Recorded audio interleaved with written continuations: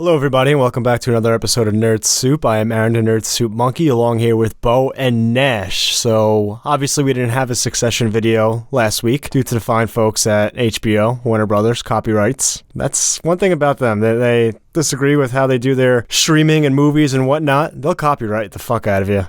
No regard for any way to get around that? A lawyer? Is there certain words that we can replace with other words that they won't pick up on it? Or? I think it's footage. I think you can just say whatever the fuck you want. So the first one got taken down. The second one they wouldn't let us upload. So we're going to add those in the front here. And then we're going to talk about episode 3 out on the end. Yeah, nice little 1 through 3 recap. Little Succession podcast here. Okay. Yeah. Well, what happens if this one gets, kaput? Well, then it will be because we say something stupid. Because we're not going to put any clips here. Oh, no clips, no nothing? No. Okay. It's just straight us? It's just our voices. Hope that's enough for you.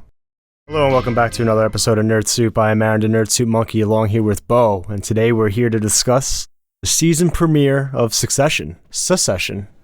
I like that. And this is a show I think we've talked about in the past. I currently think it's the best show on TV after those first 2 seasons, and as good as they were, it's... Yeah, you tweeted that, and a lot of people smacked you over your head with Better Call Saul. Okay, whatever. Sure. That's Right. not true, but... Well, you wouldn't know. You haven't seen it. I watched the first 2 seasons, okay? And obviously it wasn't good enough for me to keep watching. Wow. Okay, so you just want to double down on that. Okay. No, it was a good show. I just got caught up, and I have to restart. So it was a whole thing, and I'm rewatching Breaking Bad, but I'll get to it, and then I'll reform my opinion. Get your priorities in check. But for me, right now, Succession, best thing on TV, and season 3, I think kicked off with a bang. Brought you right back into that world, coming right off the tail of the season finale of season 2. One of the better cliffhangers I can remember in television, and it got going, and it got going fast. Yeah, this is a show that really just doesn't miss a beat. And I rewatched season 1 and 2 back to back. I didn't have the layover. So just seeing this episode of season 3, when it ended, I wanted to just get into episode 2. I thought it was going to keep going. But yeah, no, it really is a show that it just keeps humming along. The dialogue is just as snappy and witty as it's always been. And they left off on a huge cliffhanger. Now the we're divided into 2 teams with the Roy family. It's always been a group that's been held together by the skin of Logan's teeth. Like an old piece of double bubble. Seriously, man. Barely duct even tape, sticky. Band-Aids. They're just trying to hold that thing together. And now it's falling apart. And what really stuck out here is how alone Logan felt. I mean, he's always been an isolated character. That's just kind of his nature. But he's starting to realize, oh my God, I can't trust anyone. It's very similar to Tywin Lannister. You've built this empire. You have all this money, all this wealth, all this influence, all this power. But your inner circle hates you. So anywhere you look, anywhere you turn can be a possible enemy. But you still have characters like Shiv and Roman and Jerry kissing his ass because they want to be named the next CEO. As bad as this man is, as much shit as this company has gotten into, they still want that position. Oh, it's... There's something about power, man, that temptation. Right, and I think things did move along, and the whole show really just moves along so quickly. So much got established in this episode where I think any other show, any other group of writers, it might be just an information dump where they're just trying to get as much in to set up the rest of the season, but that's just how the show flows. It takes me more time to figure out what I want to eat to dinner than they made world-altering choices. Right, yeah, and they have a lot of choices to make because their backs are against the wall.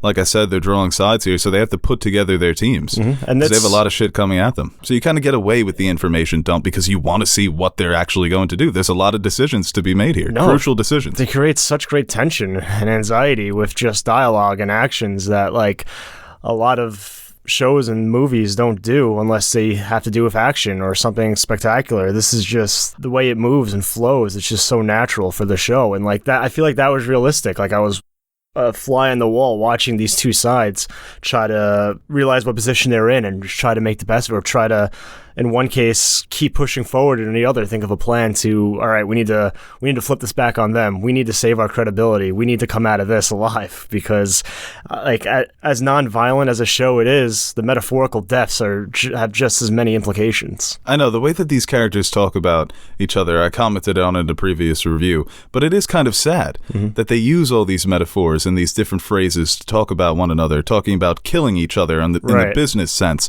But it comes down to people that you really that you know personally. I was going to say care about, but at the end of the day, they are family. So you're constantly having to backstab friends and family, but the more they do it, the more numb they become to it. Look at a character like Shiv. You commented on this before the review started, that how much she's changed since season 1, that she's now like, she does have this entitlement about her, but it's because she was played and she fell for it. No, definitely. And even, well, Kendall did actually kill somebody, but how about that line? Crazy. This is like OJ. I mean, except if OJ never killed anyone. Who said I never killed anyone? Dude, I started bursting out laughing. Because it's such like, you could take it so many different ways, like the literal manslaughter that he caused, or like he just killed his dad. Yeah, essentially. right. So like, his smile though, the juice is loose, baby. He got some of that early season 1 cockiness back, and I think even to a greater extent. You know, even when he talks to Rava, like this is something that obviously them being married, probably conversations that they've had, and he's finally mustered up enough courage to actually do it. Well, that scares me because the energy around him is so positive. Oh, he's upbeat. Yeah, he's being set up to fail. Yeah. You build him back up so that it's they're making it out to seem that it's going to be, because he's building a super team. So it appears that it's going to be easy, but I think we have Logan, it's like the 2018 Houston Rockets. You got Chris Paul, you have Harden. Well, it's interesting because they built him up as such a heavy favorite in this episode. Right. And like usually, but he's also viewed as the good guy. Is he the best man in the world? That was pretty funny too. He was feeling himself on that. But like in the eyes of the public, like he's taken down the big bad Logan Roy. He's the one people are going to latch onto. He's the favorite. And usually in movies and shows, you know, that's saved for Ivan Drago in Rocky 4. You know, the big bad Russian, but then Rocky, you know, the scrappy underdog comes and defeats against all odds. It's flipped, where Kendall is the favorite and he's in the right, and he is in such a great position it's set up to be, but that you have scrappy Logan Roy, and they kind of just flip that old cliche on us, and like it's so hard. Like you know, people just trying to pick who they're rooting for. I'm rooting for chaos. I just want shit to hit the fan. Because at the end of the day, like we've seen through the past 2 seasons, none of these people are particularly great. No, you just have to sit back and enjoy it. Like when he's calling all of the members of Logan's inner circle, he gets through to Frank, but Jerry ignores his call. Shiv picks up and hangs up, but Kendall's not taking it personally. He doesn't see this as losses. He's making moves.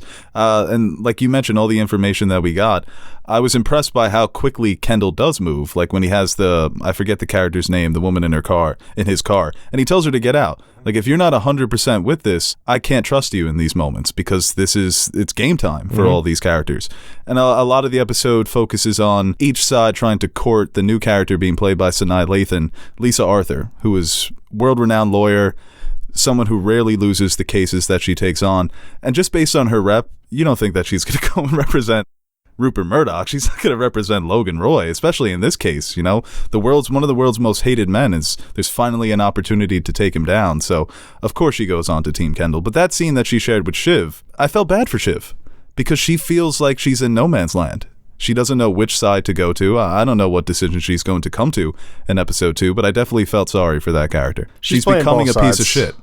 Oh yeah. And I think like we talked, like you touched upon before, like season 1, I felt like she was the one redeemable character early on, and then once she gets thrown into the family drama, into the mix, she becomes, you know, it's revealed that she is a Roy as well. Right. And even here, look how bad she wants that CEO-ship, man. Yeah. And then when she doesn't get it. No, she feels she deserves it, and she feels she deserves Lisa Arthur to side with her. Like, she feels like she should be the most respected of the family. Lawyers are cold as fuck, man. She's like, I would help you, but your brother got to me first. Yeah. Sorry, next time. First come, first Logan serve. is trying to do the same thing. Tie up the top 4, he said, and some of the other on the outskirts, just so there would be conflict of interest. Little things like that. Quick moves, these chess moves that have huge implications. That's just how you have to move in this situation. Shiv, I think she's gonna go to Kendall, and she might go back to Logan. I don't know. I think for her best bet is Logan, is Kendall, just to fit with her, because you got to remember she was an advisor for the opposite political party. No, she yeah, still she's has the best reputation probably of that family. Right, yeah, and her job is advising politicians. So these battles can get very political, and it's obviously they're going to feature some lawyers. So I'm excited to see what's the moment going to be for Lisa Arthur this season. What's her cool lawyer moment. She's like, I found this clause, or I did this, whatever. Like, I'm so excited for Adrian Brody for next episode. But what also stood out was kind of, the coldness between Tom and Shiv, and that's obviously something they touched on at the end of season 2, that Tom was unhappy in this relationship. Just the way that they say goodbye to each other. Don't hug, don't embrace, blow the kiss, catch it, tuck it away. That's kind of what their relationship is. Shiv doesn't even want to address the bomb that Tom dropped on her at the end of season 2. They don't even go into that. She promises that they'll talk later, but it's all business now. Tom is still that person that she sees that's on his side. I'm waiting for Tom to dip his toe, man. Like, to see an opportunity and take it. Obviously, he's done that, but it's usually he's working for people above him. But he had a moment there during the CEO discussions where I thought he realistically could have threw his name in the mix and would have been legitimately considered. I do think we were going to see that later in the season. And like I said, I think he's the perfect puppet. Yeah. And I think the tension and inevitability of, Kendall kind of coming back down to earth is looming. So, like, seeing how the chips get scattered again and where they all end up. I know, dude. There's going to be, I think, a few more reshuffles by the time this season is over. Right. They set the table in season 3 just for them to fucking destroy it and flip it over. Like, I don't even believe Jerry's going to be CEO. It took them like 2 seasons to find a successor. They did it in 1 episode. This motherfucker with the CEO position now. They're never going to find one. Well, that works out it's for like Roman. Daenerys never sitting on the throne. No one will ever be named as the successor for Waystar Royco. No, you can't, because that's the end of the show, right? Yeah, but this works out if Jerry actually does come into being CEO. Obviously, Logan admitted he would still be pulling the strings. But Roman and Jerry have this sort of special relationship where they share information and they share other things. Not physically just yet, but that was interesting to see Roman fumble the bag so terribly. And then I wonder if in his own mind he thought, okay, let me push Jerry here, because even though I'm totally fucking this up, because at the beginning of that conversation, I thought Logan was ready to hear him out, because Roman has been impressing Logan more recently. Even earlier in the episode, I felt like he was very impressive with his game plan, especially right? very cutthroat to Kendall, going back to just how ruthless they are to each other's family, trying to setting a narrative that Kendall's having a mental breakdown and unreliable and things like that. Sick shit that you wouldn't say about your brother or try to push that narrative, but this is the situation they're in. And yeah, I think Roman has the rocket was a bit of a failure, but other than that, it would made for great comedy when he realizes nobody died and he starts celebrating. Yeah. No, he's one of those characters that I've been surprised by his development, because they easily could have taken the easy way out and made him the dopey sibling. He's just the punching bag. He's always going to be a joke. He's witty. He's funny for us, but he's not competent. They've shown now that he's translating the witticisms into competency within the business world, and that's been very impressive. Now it's just, Connor is looked at as the loser. When they all split up and they leave Connor back, that was also funny, him going to Sarajevo because there's no extradition treaty. They're just on top of this shit, man. Yeah, little pro tip for Logan. You want to know how you make yourself look guilty?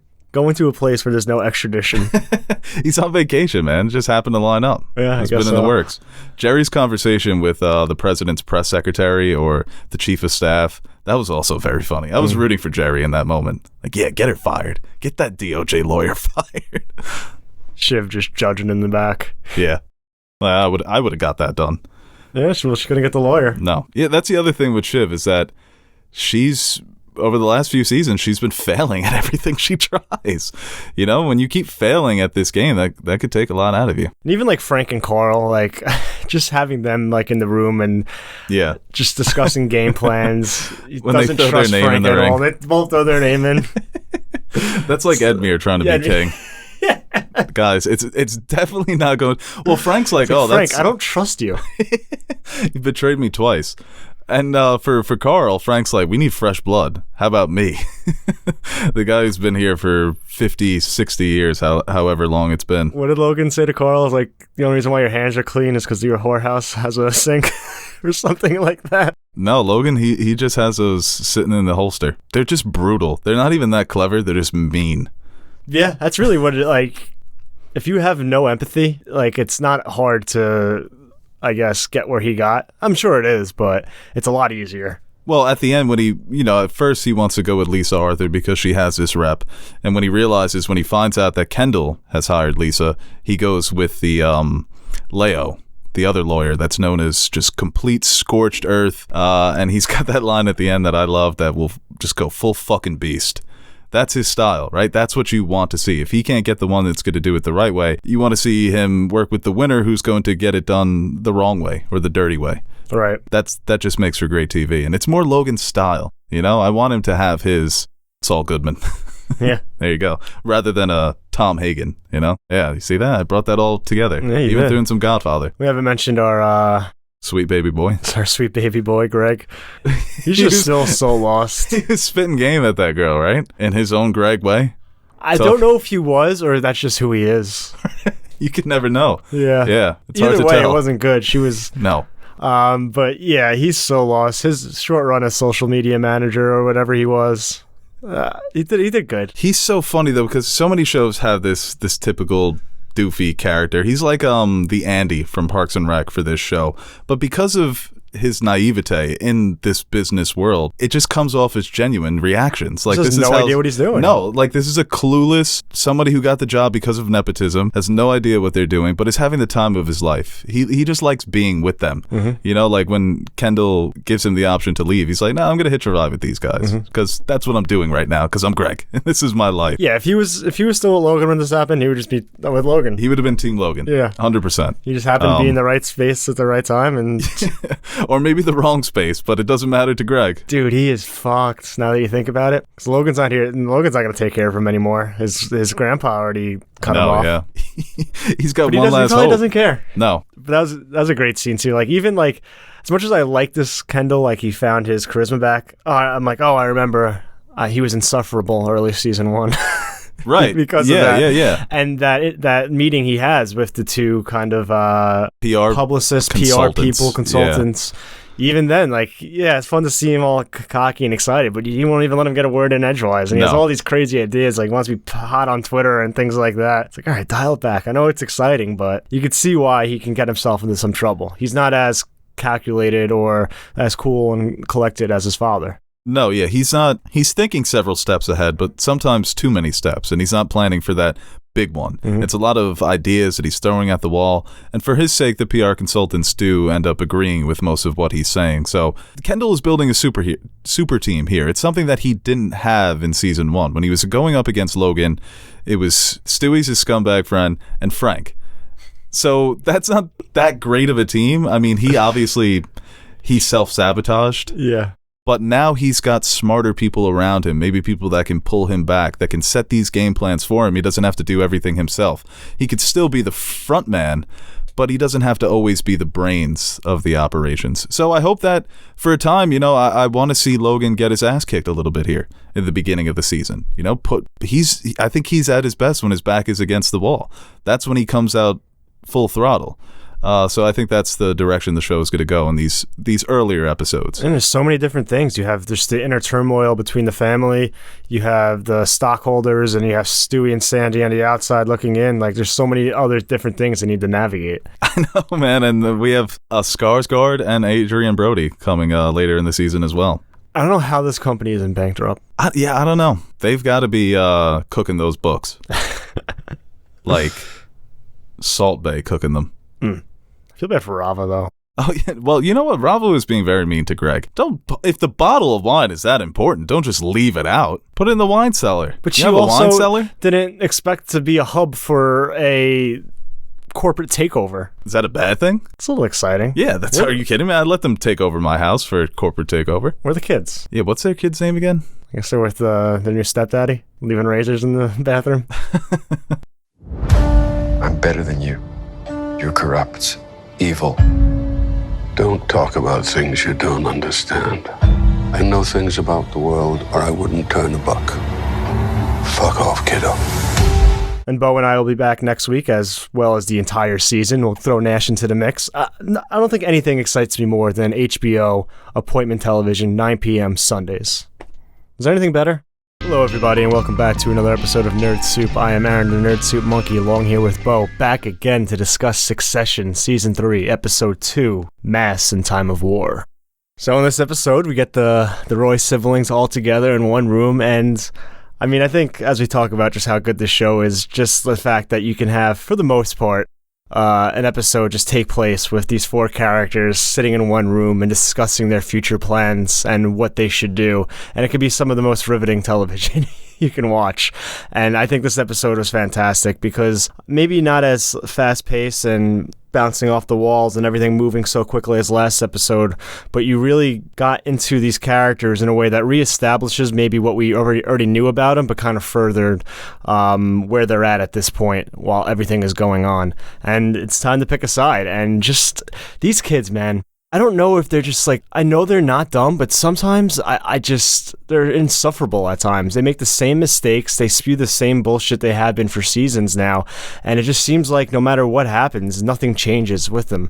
And that could just be from their upbringing, the position they're in, or just the power that Logan has over them. And you see that brilliantly when just a box of donuts just tells you everything you need to know about the dynamic. That he knows where you are. He knows what's happening. And he just has this hold over them. And even Kendall still, to an extent, even though he dropped the bomb, he still seemed very conflicted at times. Yeah, what was interesting in Kendall at the end of their summit, when they all eventually say no and they go back to their father, Kendall reminded me of Logan in those moments. And there are definitely moments where he has Logan tendencies. Mm-hmm. But the way that he was cursing them out, the way that he was, basically using them to get to Shiv. Shiv was probably the most important because she's probably the most competent. But that would have been a super team. And I wonder if they're kind of foreshadowing that this is where the show eventually ends in season 4 and 5, where they're not going to be battling their dad because they want to take over the company, but it's like, we've all done so many bad things, let's just end this. Yeah. If we all unite, we can end this, we could put this behind us, we can move on with our lives, because they all have their idea of who should be in power, right? So when Roman calls Jerry, she's like, no, you guys would kill your dad, but you're not getting out of this unscathed. Roman's like the one I'm like on board with now. Fully. I don't know if Roman's on board with what Roman's doing. Exactly. That look that he had at the end when he was getting in the car with Jerry. Yeah. I think that but we've seen it before, man. There's so many highs and lows with this show. So they've all drawn their sides now, and it's kind of brilliant, right? They can't trust each other. They still have this the father figure hanging over them. So they all split up. But I think Roman's the only one who knows, like, he's self-aware of what he is and what if his capabilities. Sure, he could do it, but maybe he doesn't necessarily have to. And he's the one who can push Jerry. Even though it's a weird relationship, I think it is the better move. I think he's the only one that really isn't clouded by his own selfishness at times. And that's weird to say just because of how abrasive that character is, but I feel like a lot of that is just a shield. I feel like you're looking for a good guy. They're not good guys. I know. They're all terrible. I want to root for somebody. I thought you were rooting for chaos. Now you're like, oh, Roman is kind of good, right? Because he makes me laugh. He's like a... He might be the funniest, honestly. Oh, by far. Yeah. But I think the best way to he's counting all the reasons why he didn't want to join Kendall and ends with the finger. Yeah. I think you don't think Roman's in trouble? Oh, they're all in trouble. Jerry, the way that Logan talked about Jerry in that car scene. Well, they're going to kill Jerry. Maybe literally at this point. We always talk about the metaphorical deaths. I think someone's actually going to just get fucking shot. But you know what? Jerry, a bit of foreshadowing here too, saying that she's a terrible enemy to have. I think so. Maybe she's got some like bullets in her holster. She's always played low key when it comes to Logan. It's probably intentional too, because she's right. I think she's very capable, and she was expecting this since probably season 1. Like, if she had, I think she might have contingency more than meets the eye with this character, and I think that she's smart enough to realize that even though she might be named as like the puppet CEO, that look what to try to do with like Rhea and everything like that. There's I don't think she's dumb enough to just be like, oh, take it for granted and just play along like everything's fine. She definitely has her own plans in place. Yeah, she shouldn't come into this thinking that she's going... And I think at first, she thought maybe I'll have some real power here. But when Logan walks by her at the airport, doesn't even acknowledge her whatsoever, I think she realizes what she got herself into. That she's not there to be in a position of power. She is the fall man. And Roman, like I said, the look on his face, he's like, okay, we're probably in the weakest position out of the 3 teams that have formed here. Because Shiv and Logan, even though Shiv in the beginning has her father saved as Saddam Hussein when he's calling her, she can't, she's the favorite. So when he gives her an opportunity, when he extends that olive branch, even though the hug was bullshit and she can see right through that, she can't resist that temptation. You know, at the end of the day, she probably feels like, yeah, he's still the most powerful, right? He's the one who's been doing it for the longest time. But I thought Kendall made a lot of interesting points about the shift in media. He's spewing so much bullshit that I think he believes it. And oh, yeah, of course he does. That's what's like, he's becoming insufferable again. And I kind of like it. Because, like, I think him and Shiv, like, are just... They're very similar in a lot of ways in some of their stubbornness and what they choose to believe in, and I think that's what makes those two characters so great. But at the same time, they're so frustrating to watch because they fall into the same traps. Kendall, just the self-righteousness that he tried to portray in his like long monologues and talking about all the good they can do, when really he's doing this because of his own personal issues with his father. He doesn't... Do you think he really cares about all of that? No. He's taken up this it's an best opportunity. man in the world persona now. I guess his ego got fed enough last episode where I don't know if he actually believes it or he's trying to convince himself that this is what he's doing it for, but in reality, it's his own selfish needs that he needs to fulfill. He's trying to turn their company into Al Jazeera, which is, I guess it's not realistic. He like seemed when someone's trying to convince you to invest in like a new cryptocurrency. That's gonna blow up, but never does. Yeah, but I think that they don't realize is truly what Jerry said, is that none of them are coming out of this with their hands on the wheel. Like, this ends with Waystar Royco being owned by Sandy and Stewie or somebody else. The family is... You would think that eventually it's going to come out, or not come out, but it's going to present itself as a huge problem for all of them, what Kendall did. Where it's not like, oh, you're the hero, but it's like, then why were you standing by when you knew all this for years? You know, eventually that's going to come out. So he's on this high, and obviously he's been brought down a bit. High also? Maybe. Yeah. Honestly, I hope not. But for his sake. What's interesting, actually, the title was based on a Joseph Haydn mass in the 18th century when Austria was afraid of France invading them. Nice little reference. Succession always does that. They have all the crude jokes, but they have the smart references as well. Exactly. It's kind of the genius of the show. Yeah. But yeah, you know, Kendall with the donuts, it was so hilarious. I even thought he was going to turn around and eat them to show Shiv, like, they're not poison, but he wouldn't even go that far. Like, no, we're not gonna... That's hilarious, though. All these kids, they know what their father is. They're so aware of it. Even when Kendall's saying, I love him, I hate him, I'll outsource it to my therapist. But it's hard to betray family, especially someone like that who's such an imposing figure, not only on them, but on the world. Well, that's like the route he should have went, I feel like. And I think he eventually got there. But, like, sit down with your family, talk. Like, you know our father's a monster, and he will literally do what he tried to do to me, to any single one of you at any given moment if it benefits him. And he says that later, but I think that would have been the better route for him to go than trying to portray himself as the savior. And I think his family kind of saw through that in an instant. Yeah, he's been just giving this same speech over and over again. When they first all got there, I really wanted Kendall to be able to say the right thing. How is he going to get these people on his side? Because they have they have so many reasons, like Roman counted out. They have reasons not to be on his side. It's a very slippery slope that they're all going down. So he fucked up again. He did not have the right things to say. All the swagger, all the confidence. That shit doesn't play with his siblings because they just all know each other so well. Yeah. There's a little temper tantrum at the end. Yeah. But I said this before, that Connor, to me, I thought maybe Connor was turning a leaf here, where he looked like he was fully on Kendall's side, that he was sick of all the shit that he's gotten from his dad throughout his whole life, and as soon as the donuts come, he gets scared. He turns into that scared little boy, and instantly when he backs off, Kendall tells him, you're irrelevant. So it's like, I'll butter you up when I think I need you, but as soon as I don't, you're a piece of shit, and it's just like Logan. Well, yeah, it's the thing with Logan, like, you see the way he tries to manipulate his children when he talks to Connor on the phone, right? And he tries to give him some reinsurance and, like, tell him that, like, you are part of this and I care about you and all that. I think Connor sees through it, but even though he does, he still ends up going back to Logan. Like, no matter what, even if they can tell what Logan's trying to do, they still just crawl their way back to him. And with Shiv, she's like the meme, like, you know, like the lopsided Goofy. It's like, I'll fucking do it again. Yeah. Like, her dad gives her promises, and she fucking does it again. She trusts him and hops back on that on that train. And I feel like that frustrates me with that character, because we've seen her be capable and smart, but she just can't escape that grip from Logan. Unless she's having her own play that we have yet to have seen, it just seems like no matter what happens, that she just keeps falling into the same traps. Right, she's always talking about how she has a plan. I do hope she gets that moment, maybe in this season, because she's always been on the wrong side of everybody else's plans. So I'd like to see her scheming in the background, and maybe she gets on. It seemed like her and Tom were making some improvements in this episode. But man, Tom, actually, no, I take that back. He's so down bad. He refuses to say I love you, and then ends up saying it twice, and she only says it once.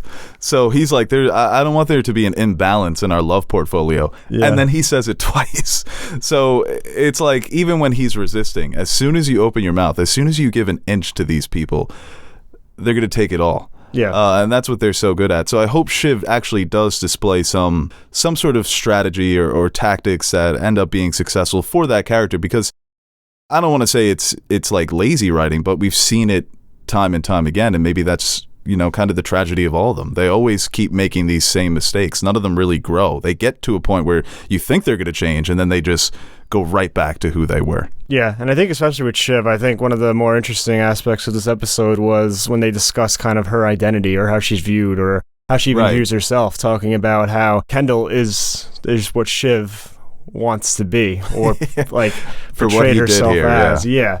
And for Kendall too, that's just like, again, him just pumping his own tires. It's so here. arrogant. Yeah, the arrogance this man displayed this episode was on another level. I wanted confident Kendall, not arrogant prick Kendall, but there is a little bit of truth to that. I mean, we've seen with her allegiances how they shifted over to who she works with politically, and then everything her father's company and Waystar Royco represents, and her wanting to be a part of that. And we see how the people at Pierce viewed her. Kendall said in this episode how people still view her as the, what was it, like Snowflake? Yeah. You don't really see that side of her, because we've only seen her work with Bernie Sanders. But at the end of the day, her beliefs and opinions, we don't know them. I guess she does have she has two personas here. She has the one that she wears with her family, and then the one in the public where she is more outspoken and liberal, obviously, just based on what she does.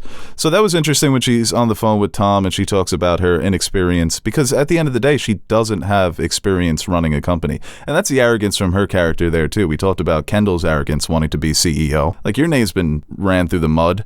You've gone through a lot of scandals over the years. It's not like you're just a clean face, like you are the greatest man in the world, like they've been calling him. So both of them competing for CEO is kind of ridiculous. None of them have the wherewithal to say, we'll take the company from Dad and we'll see how it goes from there. We're not going to make any decisions, or maybe we'll bring in a third party to be CEO. That's Roman, Jerry. That's what he would do. Right. Seriously. Yeah. But no, they're at the end of the day, because they are spoiled rich kids, they still feel like it should be them. So it's like, even though they're doing the right thing, it's like, but I'm going to be the leader. Well, there's I'm doing the most right. Like, even with Shiv, there's no conviction. I don't think she really cares what side. And for every one of them, they just want to be on the winning side. Yes. I'll join you, but I'll be CEO. No? Okay. I'll go back to Dad.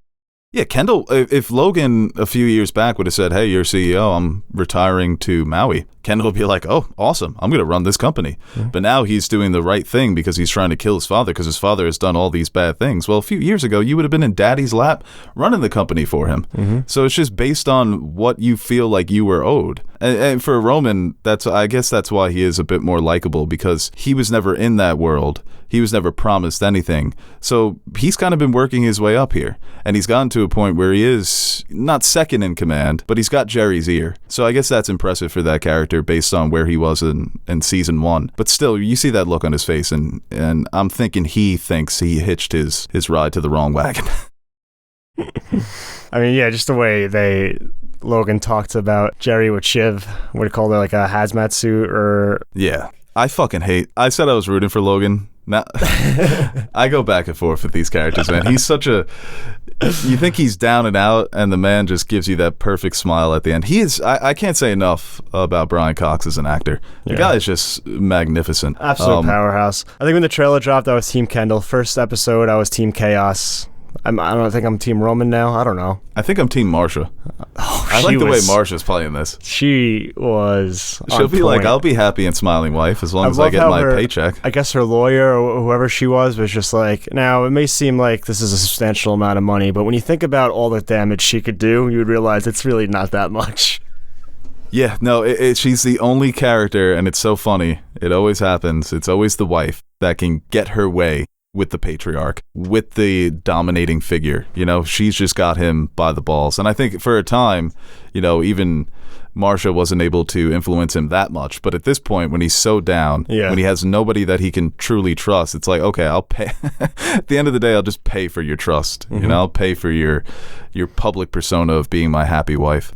So yeah, like I said, I'm on her side because of how well she played that. And the show is just so funny, man. Hearing Jerry talk about, or them talking about Jerry looking into buying a private island in the Philippines because the Sarajevo government wants Logan out of there. So he returns to the big city. He says, we got to keep up appearances. It was a brilliant way, like I said, to end the episode with these three teams now. Now we don't know who we're rooting for, but at least we know who's battling. You know, there's no more, the allegiances are no longer nebulous. But I imagine they will become that way as the season progresses, as certain sides end up winning more or losing. People are going to be Benedict Arnolding all over the place here. Except for, I don't know what's happening with Greg. I'm very worried about Greg because now he's set up with this basically communist lawyer. Comrade Greg. Yeah, Comrade Greg is going to infiltrate the far right Waystar Royco. You think Ewan's helping him out? And he's just being he's used playing his game. He's just being used by everybody who can get his hands on him. Kendall's using him, and then when Greg realizes that, he goes to his grandfather, who in turn is using him to just do the opposite of what Kendall wants him to do. Right, and Ewan saying, "Why do you need a lawyer, Greg?" Greg is in the thick of this, man. The papers, man. He took those papers. He was the one, so he may be in trouble here. But those scenes were so funny with the Waystar Royco lawyer trying to get Greg to say, "Yes, I am your lawyer," so it would be binding. Poor guy. He really is just struggling to stay afloat here. But the actor is so good at playing this character. The uneasiness of it all, just being inexperienced and naive and not knowing what's the right thing to do to protect yourself. Right. It's just also enjoyable. Even like the line when he's like, I'm too young to go to Congress for a second time or something. I don't want to go back to Congress. I'm too young to go to Congress. So, yeah, he's sitting there with his fucking college friend who's literally on her first semester in law school. She's like, I could text my professor. But everything that happens with this character, man, it's you just feel bad for him, but he is truly the only likable one. And it goes to show, in this world, the only likable characters are people who aren't that smart, Yeah. People who can't keep up with the world. You have to be sharp and quick. I also wanted to bring up that we see the scene with Stewie and Sandy's daughter. Yeah. It's also funny how Sandy was able to appoint his successor just in a matter of days, probably. It was probably quick and swift, and now his daughter is running things. So yeah, I don't imagine we'll see much of those characters. I think that they're going to bring in like the Brody character and the Skarsgård, and they may play bigger roles. Yeah, definitely. I think we talked about it last week, that even though there's so much inner turmoil going on, you still have everything on the outside with the shareholders and with Stewie and Sandy. And yeah, the Trojan horse made no sense whatsoever. Kendall's like, what is this, like a joke? I don't get it. Who's the Trojan horse here? Just something to do. Yeah. I don't know. I think that's an interesting dynamic. I don't know how big of a role they're going to play. I think obviously they probably have their own play as well, but if Kendall can get that support and really kind of team up with them, then I think it evens things out. Because I think in this episode, there was definitely a shift. I think at the end of episode 1, I think Kendall was firmly in a position of like, all right, he can probably do this. But towards the end of this episode, you kind of felt that flip back in Logan's favor.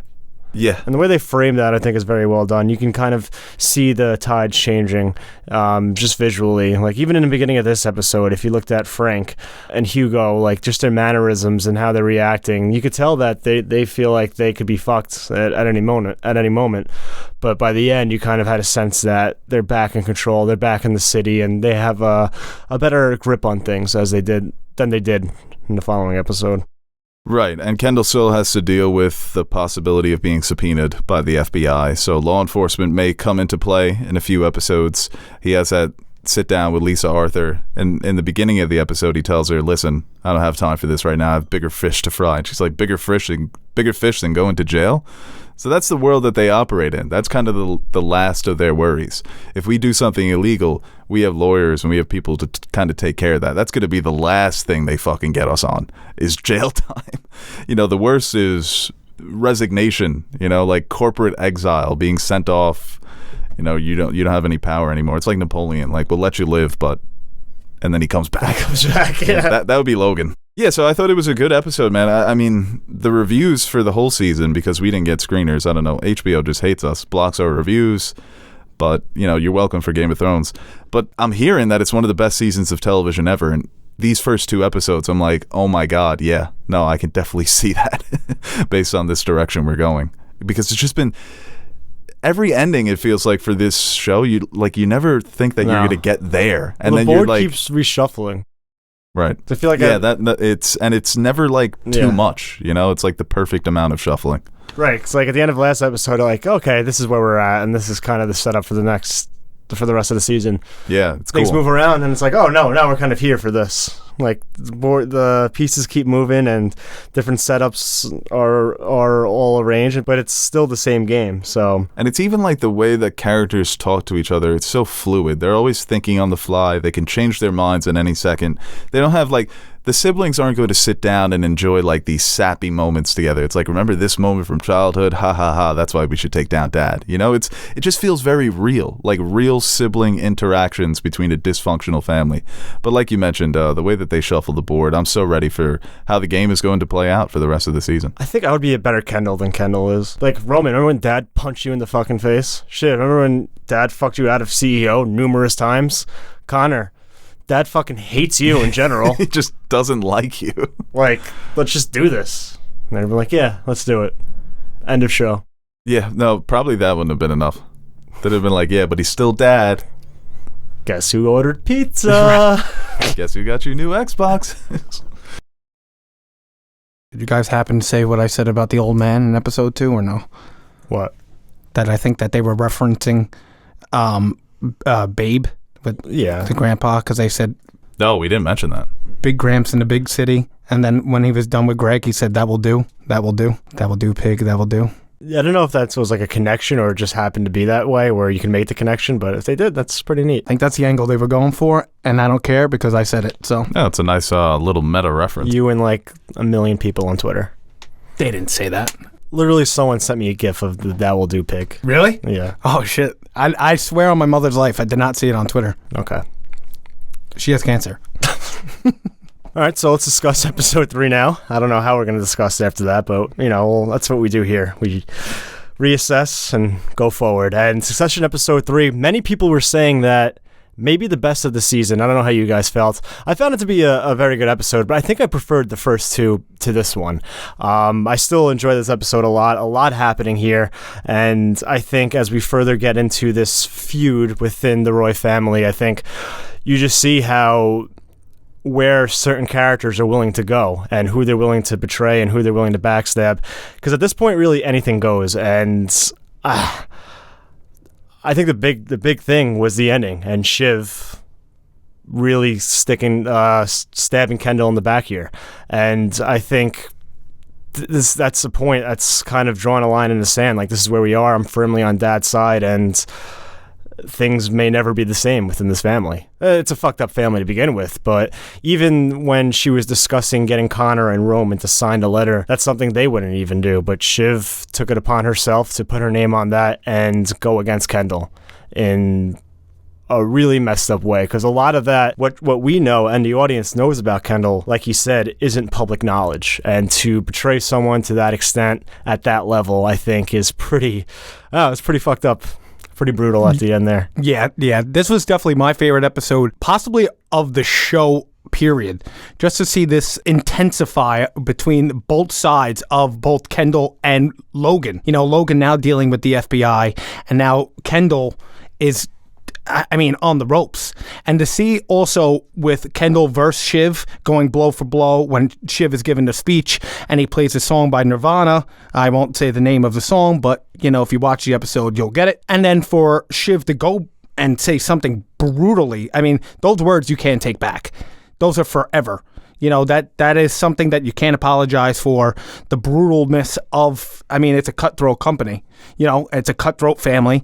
And, just to see them go blow for blow and then, the family getting together, it was so intense. And then that one, moment with Kendall and the guy saying, "I know what you did." And that I was like, oh, here we go. When he got up, pulling out the dirty laundry. When he had that look on his face, reminiscent of season 2, and kind of brought back some of those mannerisms that we haven't seen from him this season yet. I thought, because we didn't see who was in the room with him, I'm like, oh, this is like finally the Logan Kendall showdown. So I got a little chill down my spine, and then we saw it was that guy, and I was like, fuck. And I think with the Kendall character, I think this season they kind of reintroduced him to the audience, because last season, even though he made a grave mistake and it was an accident and all that, but like we saw him in a different light and it was easier to sympathize with this character. I think he's been pretty insufferable this season so far, just the way he's acting and a lot of his antics here. But you kind of see that. And like even times that I'm watching, like he's kind of like they're overdoing the Kendallisms here. It's not even, he wasn't even like this in season 1 to the extent he is now.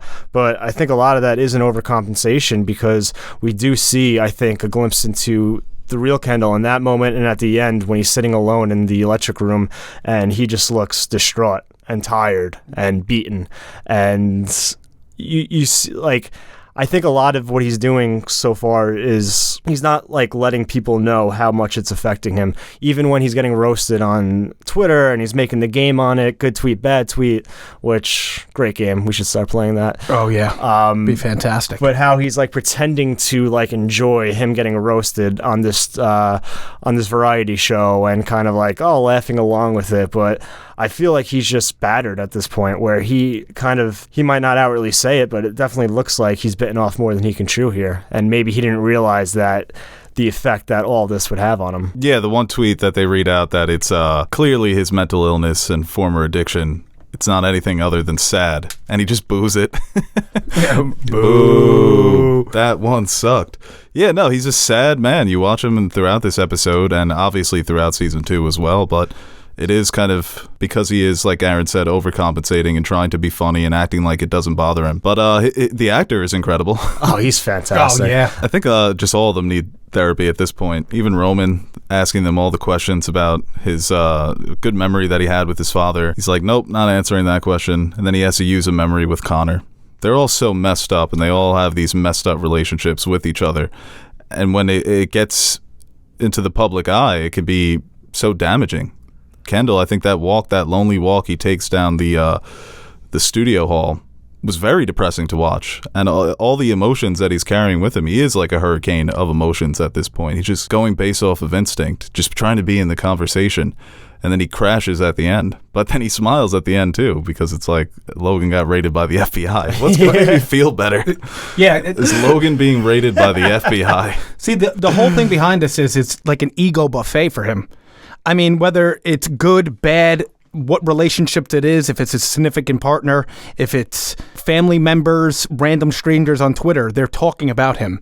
And I just feel like that the overcompensating of the Kendall, that is what's happening, because his ego is just being fed no matter what. If it's good or bad, he doesn't give a shit. They're talking about him. So you could see him acting like, he's the shit no matter what. But I feel like he's the type of person who's like, oh, all publicity, good publicity. I'm in a conversation, but then go in his room and cry at night because people are mean to him on Twitter. Yeah, no, it shows. It is like a cautionary tale that being in the conversation, being so present in everybody's mind, and just being in that public eye, it can have really horrible repercussions on a person. Yeah, and like, but that range of emotion, like, why are you laughing? No, because I got one bad comment being back never let Nash back on the show. And I swear to God, I had to hold back tears. And I'm like, okay, whatever. You're talking about me, so who gives a shit?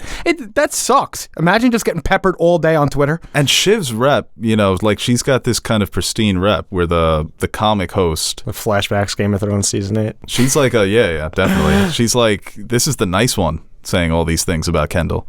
For her to come out and make those statements public, it comes from a reputable source. People aren't going to dismiss Shiv because she's built up this reputation as the one liberal of the family. So naturally, the media is going to be kinder. And for a long time, Kendall was just the next guy up, right, to follow, to succeed his terrible father, who all these people are rooting against.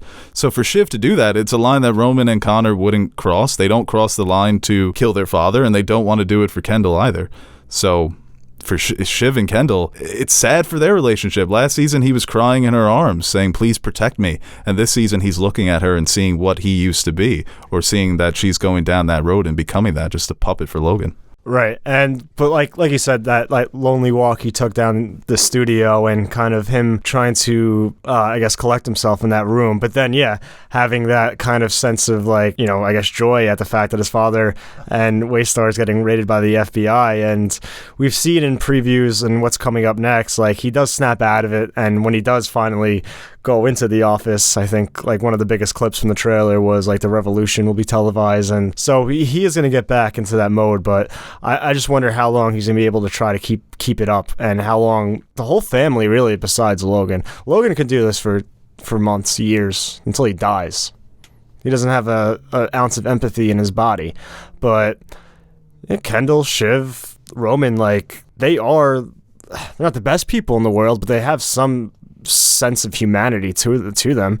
They're not absolutely, they're not to the level of their father. So he said his greatest strength is that, well, not his greatest strength, I'm just calling it that for him, but he never thinks about the past. He doesn't get hung up on these things. He's not sentimental like these people are.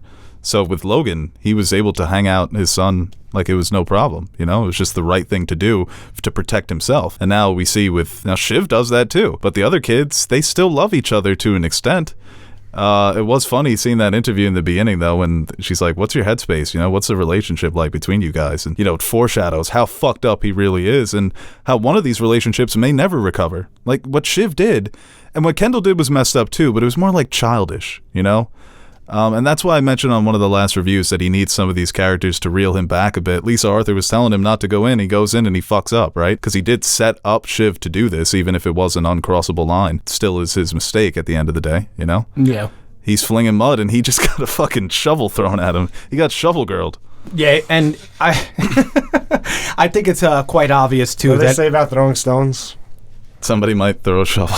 Make sure nobody has a shovel. Don't throw shovels in glass houses. Right, yeah. Don't throw shovels. Yeah, it's exactly how it goes. No, and it's quite obvious that he's going to probably go back to drugs, right? That's probably going to be his escape to get away from all of this pressure. He's definitely going to start nose grinding again, smoking boubange, probably messing around with a couple, poppy seed bagels.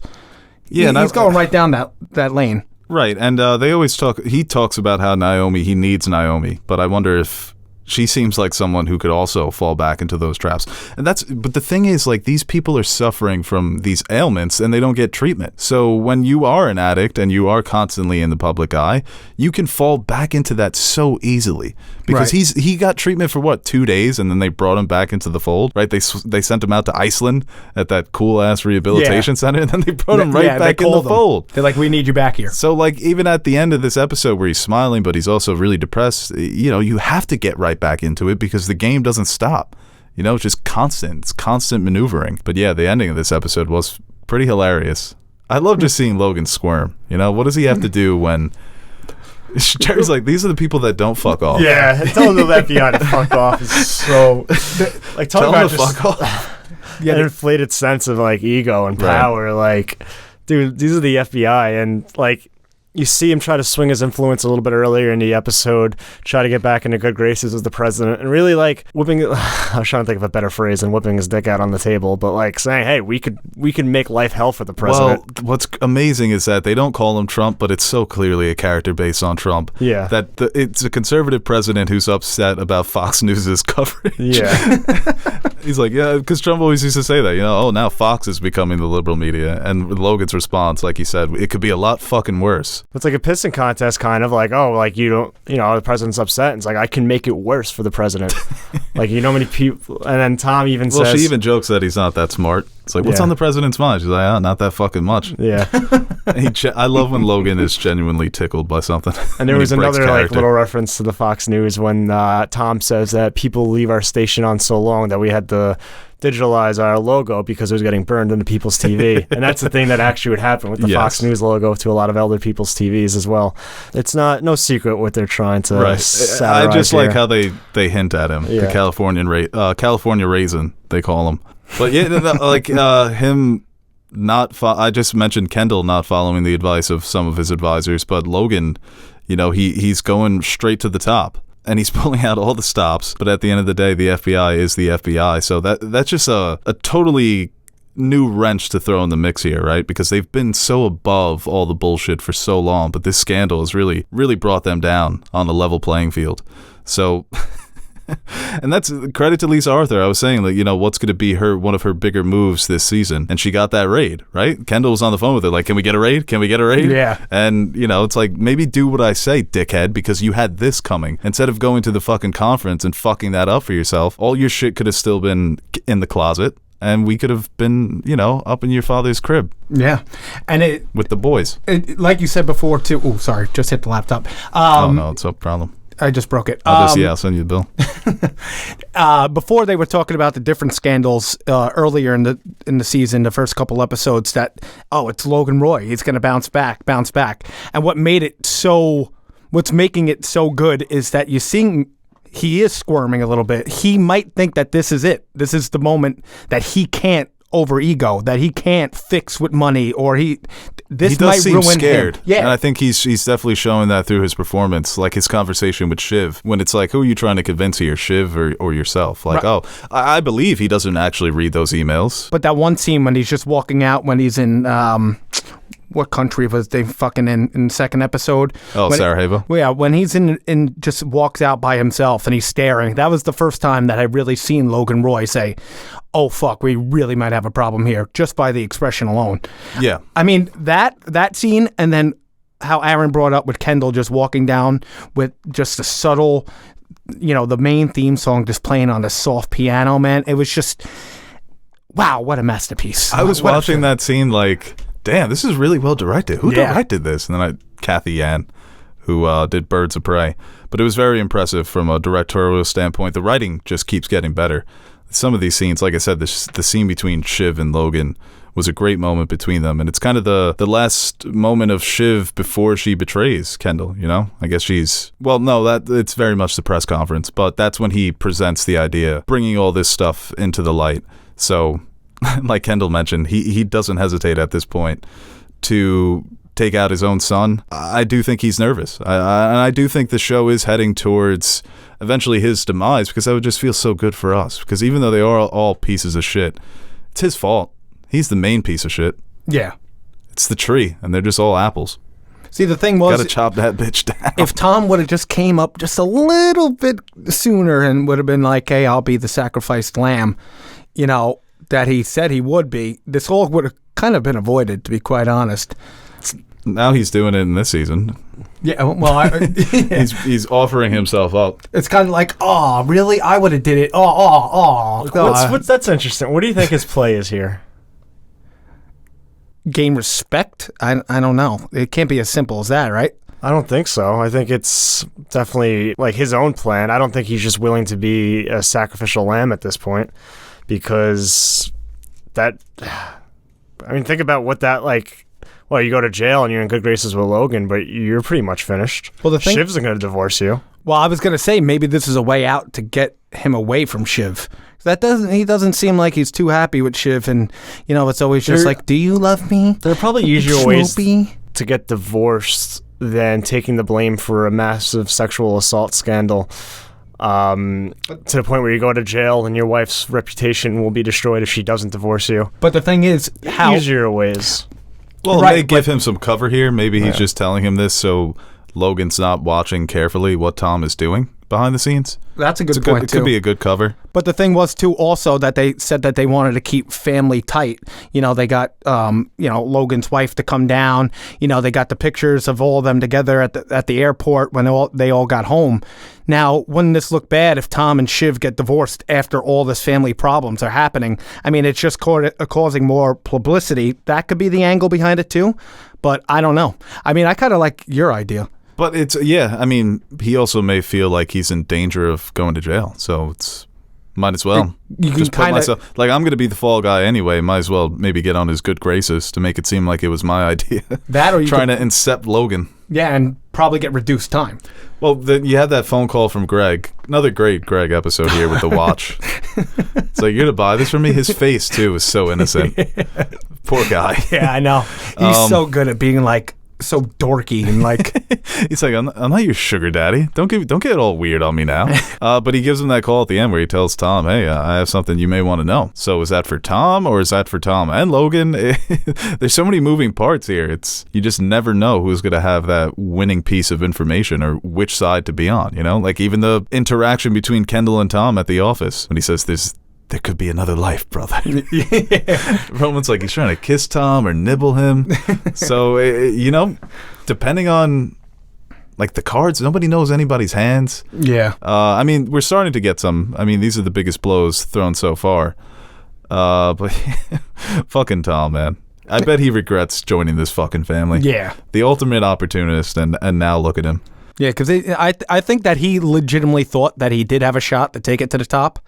And now that he sees what the top is like and how this is just a one big clusterfuck, Cousin Greg does have, the ultimate. I'm trying to think of a comparison here. He does have like the Yoda. It's like Yoda to Palpatine. yeah. Logan's the Emperor, but Uncle Ewan is or Grandpa Ewan. Yeah. Right. Yeah, he has him, and he also has the copies of the papers. So if he really wants to do that too, but I like that too. No, He's got I Grandpa. forget that he does have these fucking papers. So I mean, he could just blow this whole thing up too because, he has the copy of the papers, right? Yeah, he has a copy of the papers. So let's say that Greg, he probably grabbed like the most inconsequential ones from the pit before it got burnt, like just the letterhead. Yeah, that Yeah. or like what events were actually happening, like like swimming classes. It's pure numbers. It's scheduled bingo at 2. What was on for the buffet? Yeah, frozen what was the yogurt. menu? Yeah, that's actually a good point, Aaron. That would be a funny ass reveal. Poor Greg thinks he has his trump card, and it's just a flower Taking that it to the squirts top, you. baby. It's just like, nope. Yeah, that would be very funny, but I would feel terrible. I love me some Cousin Greg. And this boy Nate is just him and Shiv. I kind of like their little chemistry that they got going on. Oh, that was great when he compared them to Stalin, and then she was like, "Did Gil accidentally go on Russian today again?" Funny back and forth there. Yeah. But he's like somebody from your past, that just is judging you, and that is the worst. 'Cause Yeah. Shiv probably, she feels good about her new position, or she was for the first half of this episode. And then it's somebody from your past saying, you're still a piece of shit. Yep. I know what you've done, and I know what you're capable of, and I can only imagine what the fuck you're going to do now, this newfound power. Kendall was also very funny in this episode. Even though he was playing up to being confident and optimistic, when he's talking about the comedian, he's like, she fucking loves me. She loves me. Yeah. The nickname Oedipusy, brilliant. Then she does Oedipusy Part 2 and uploads it, and he can't wait to watch it. And even him trying to negotiate with the producer, like, maybe we can, like, skate by it, or I can call someone. It's like, you're going to call fucking Jay-Z? He's so unlikable sometimes. Like, when he goes to the writer's room, like, it's like, just... Right, that little, like, when he fucking cringy, leaves, man. and the writer's like, Jesus Christ. Yeah. They can't fucking stand him. So for him to be like, oh, I'm part of the conversation, it's like, well, part of that conversation really fucking hates you and can see past all of the bullshit. But he loves that. You know what it is? Like, even the bad stuff is feeding into his ego. I think he's definitely pretending to love it. And no, he's definitely got ego, without a doubt. You don't do this without ego. But I think what we're going to see with Kendall, and we saw it in season 2, is that his doubts and insecurities, I think, are way stronger than his confidence. And at any point, it can tip. And I think we saw it. Like, it's very fragile.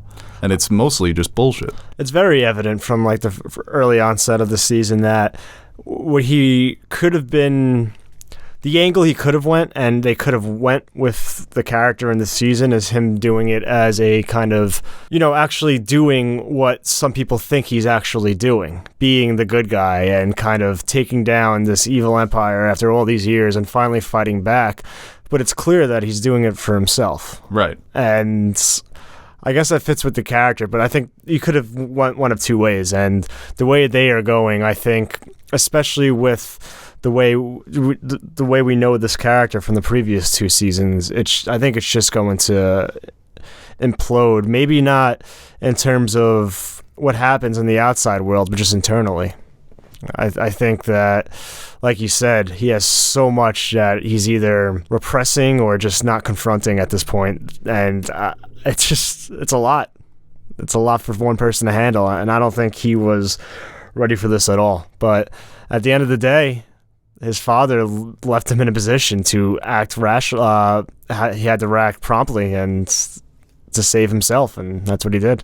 Yeah, no, it's just the circumstances, man, are the reason why these characters keep suffering at the hands of each other and at the hands of their father and at the hands of themselves. Because like you said, Kendall, this is a personal thing. He's trying to get back at his dad. He's not taking the approach. We get to see the characters behind closed doors. We get to see how they really feel and how they're really acting, and they're not going that route of him feeling remorse over his role in the company. If Logan had chosen Roman, then Kendall just would have been right there being his number two. Maybe he would have pushed back a bit more, but unless it was just actually him, which it was, then that's what pushed him to make that choice, to betray his father. But, I definitely think he's heading down a road of self-destruction and implosion. And I think, like all these kids kind of are, in a way, except for Connor. Connor's just... But he is just so delusional. Connor, isn't he? He's becoming a bit more self-aware as things heat up. I went from loving Connor in the beginning because he was just like, I'm staying out of it. Whichever way you guys go, I'll sign me up. Like, just leave me out of it. Just give me money. And then he just kind of became a bit entitled in season 2 with the whole presidential run and all that nonsense. And now he's kind of just back to like, just leave me out of it, please, you psychopaths. And checking them a lot of times. But also give me money. Right. He's because my girlfriend can't make terrible playwright. And we're hemorrhaging right now. We're a bit in the negative, bit in the red, but a couple times he's taking characters to task. He did it with shit. I mean, that was the funniest line of the episode. Yeah. Firing squad by Times New Roman. And then he, in the beginning when, all the kids have been sarcastic with their dad before, but Connor's very sarcastic in that episode 2 when he's trying to get him to come in or not go and meet with Kendall. Connor's just being a dick to him. Mm-hmm. So you wonder if there's more in store for that character taking on Logan in a way, because he is a man. Like he is, like they're all grown-ups obviously, but Connor's like in his 50s, And then Adrian Brody being in it too, it's going to be very, very good. I know, we haven't even got Brody yet, or Skarsgård. Yeah. You think Skarsgård's the FBI agent? That'd be cool. I don't know. They said he was like another rich capitalist, right? Too good looking. You don't join the FBI if you look like Alexander Skarsgård. CIA maybe, but. No, yeah, like someone to cover James Bond shit. Yeah. Just the thing I want to bring up with Connor, too, like talking... You're not behavioral analyst unit looking like that. No, not at all. On the field, baby. And even then, that's like video game good looking, like you don't do that, But the thing with Connor is, I don't think there's any rules right now. That's how heated everything is. You would never see them really talk to Logan that way.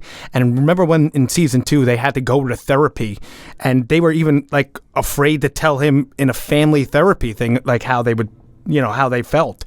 Right. Now it's just kind of like, fuck it. It's a free for all at this point. We see who's cutting throat. So I don't even think anybody's really worried about how Logan is going to take it.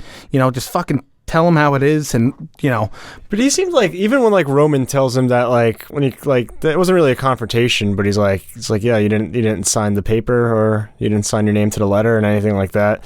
He didn't seem mad. He's like, okay, he kind of like seems reasonable. But yeah, I don't know. I think Shiv is just completely like taken under his wing. I can see a scenario where Roman could shift over. But I just want some more real moments from Kendall. I'm tired of this little like fake facade, and I think we're gonna get like some moments where they actually show what Kendall's actually going through and what his true intentions are and why he's like, how all this is really affecting him. And I think that's when Kendall is at his best, not this kind of facade he puts on in front of everybody, or he has been this season. Yeah, here comes the drugs. Well, we'll see. I mean, I don't know. Won't be a bad thing. I'm down to bump. You're not Kendall. Yeah, I guess my ego just got put in check there, but that's all right. That's cool. I mean, maybe Kendall comes out on the other side more like Logan. Maybe he just represses everything and loses even more of his humanity, and he finally becomes that killer. But I still go back to what Jerry said. Like, these kids think that they're going to come out of this clean. Everybody's about to get taken down. Jerry's the only one who's...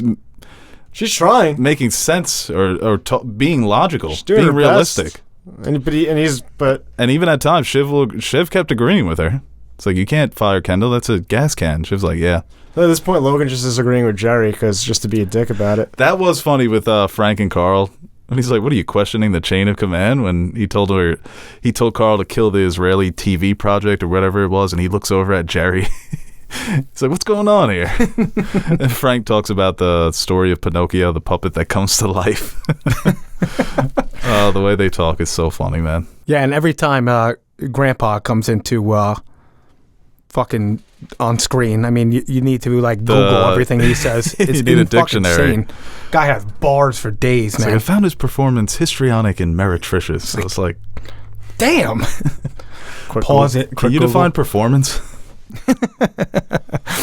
Yeah, I mean, like I said, this episode here, just with all the drama and tension and the heavy blows that are being thrown in this episode, where relationships are probably never going to be made up again with Shiv and Kendall, I have to put it up there at least into the favorites of my episode of the show. Excuse me, favorite episode of the show, if not the favorite. I watched it 3 times, I think, because I was so into it. But I'm just into the show. It's just such a fun good. show. Yeah, it's so good. I just have so much fun watching it. Yeah. Just like I watch my phone and I'm like, how many minutes do we have left? There's more time, right? Because I just want it to keep going. That's the binging these shows, man. When you're not caught up watching it week to week, it stings when you have to go to the week to week when a new season comes out. It is. He's not used to it. No. I like it though. More anticipation. You'd like to see me squirm? Yeah, why not? It's amusing. But to bear hug you. I'm all sweaty from the gym because, my ego. Right, Aaron? Fuck you, bro. Who are you? What did I do? I don't know. I'm just kidding. You want to wrap this up? Yeah. But yeah, we talked about it last week, just how like how the board keeps getting a little reshuffled every week. It's almost like a chess match at this point, where every episode is just a sequence of moves, and that it's still the same game, but going into every episode, things are just a little bit different, and we got to see the back and forth and the reactions, how Kendall reacts, how Logan reacts to the FBI. So there's just so much more at play here than the family drama, but at the end of the day, that's what keeps the show going. So seeing how what Shiv did really affects things, seeing that I cannot wait for that confrontation. That's like Mountain and the Hound type shit, Right. when Logan and Kendall finally come face to face again. I'm sure, I don't know if I'm expecting it to be like the big one. I think this might just be more of like in the same room with other people. I want to see them behind closed doors and like just unleash on. That's one thing I'm looking forward to. I'm not sure we're gonna get it next episode, but we're gonna get something. I mean, Logan would put pause on that, man. Yeah. There's no way that Logan could do a sit down. He even says, he's like, if I see him, I'm gonna punch him in the nose. So specific. Just to add on to what you said too, just seeing all the different angles of what this game really is, it's also about who's playing with who. I mean, it always seems to be changing. And I mean, the thing that they foreshadowed before the season, if you saw the different posters of the upcoming, season, they always had Logan and Kendall in the front, and then it always switched with people behind them. So I always found that fascinating, and that was just a clear indicator about, all right, we're going to trade, because they're all cutthroat. They all have their different angles. And who's going to be the one to go on Kendall's side, though? One of them has to go. It's going to be Roman, you think, right? I think that line, he's like, he taught me how to aim my pee-pee in the toilet. Yeah. Maybe they have the most special relationship. Because, he doesn't have any of the father memories. It's just Connor. But Kendall and Roman did seem to be, especially closer. If Logan keeps being a dick, yeah. To Jerry. And you also called him the slur this episode. He just pops off, man. Even Roman was like, "Whoa, Yeah, I know. Jesus He just Christ, does man!" not give a fuck. Like when they're all getting in the cars in episode 1, and Roman's standing in front of the car with the door open, and Logan looks at him. He's like, "What do you want to suck my dick?" And the door just closes. Yeah. What would attendant on this? What would like, you know how they have like themed chessboards for shows and movies? Yeah. What would a Succession themed chalkboard look like? Chessboard. You have Logan, Shiv, King and Queen. Just a bunch of Greg pawns. Greg Pawns, Tom Knights. You giving a knight to Tom? No, that's probably Jerry. Oh. Well, Kendall was. He's on the other side of the board. He's the white board. He's just the white pieces. That's the checkers. No, checkers is red and black. Oh, fuck. Chess is white and black, right? I would like Succession Connect 4. Oh, that would be fun. It's just Connect 4, but Succession With the faces themed. on them. Yeah, just the. You can get like Frank, Naomi. I love how you started with Frank. I think he's a very underrated character. That's in the show. character we're pushing for 6. No, I do. You don't have all the Frank. rights to characters for merchandising, so you have guess who, but it's like Frank fucking. It's the Comic-Con panel. It's like, we've got 4 stars from the show. We've got Naomi. And, Naomi Pierce. Naomi Pierce. And Rhea. That's a big get. No, And yeah, Stewie. it's Ollie Hunter. Yeah, and the actor who plays Stewie. Well, the girl fans will be happy about that. Yeah. They love Stewie. We got Sandy, but not the character. It's just the phone with an on speaker that says Sandy on It's it. on speaker. It's Doesn't like, you don't Aaron have him look on like Zoom? Stewie a little bit? I'd Griffin? say, yeah, you guys kind of resemble, like, you're in that family of white Like looking with people. a nice like kind of a darker beard. You kind of look like him. Ethnically ambiguous looking white people. Someone on Instagram, every time I post a picture, Caucasian. calls me discount Riz Ahmed. But this weekend I posted a posted stories like, you finally upgraded to retail Riz Ahmed. So I'm like, oh, Congratulations. wow. Well Thank done. you. I try my best. You're like the Family Dollar version of Eric Spolstra. Damn, we were making some good points in that video. Hey guys, Aaron the Nerd Suit Monkey here. Before we end this video, I want to give a quick shout out to our Patreon supporters. What can I say about you guys that I haven't already said about myself? You are the most important part of the channel and the main reason we keep going strong. Like Beau says, you keep the lights on in the fridge so the fridge is full. Or something like that. So, from everyone here at Nerd Soup, I'd like to thank you guys for your continued support. If you're interested in joining the ranks of our patron supporters, head over to patreon.com/nerdsoup and check out the rewards we offer to our patrons. We recently dropped some new stickers for you guys to check out, or you could choose a tier that will allow you to select a movie, show, or video game for us to review. We've got a full slate of fan-suggested reviews coming your way, and we're really excited about the chance to review some of those movies and shows. We've also got t-shirts, mugs, behind-the-scenes videos showing how we bring our videos to life. And once again, thank you to all our Patreon pledgers who have been supporting us throughout the years. Without you, we wouldn't be able to convert all your pledges into cryptocurrency, so thank you from my future self for making us rich.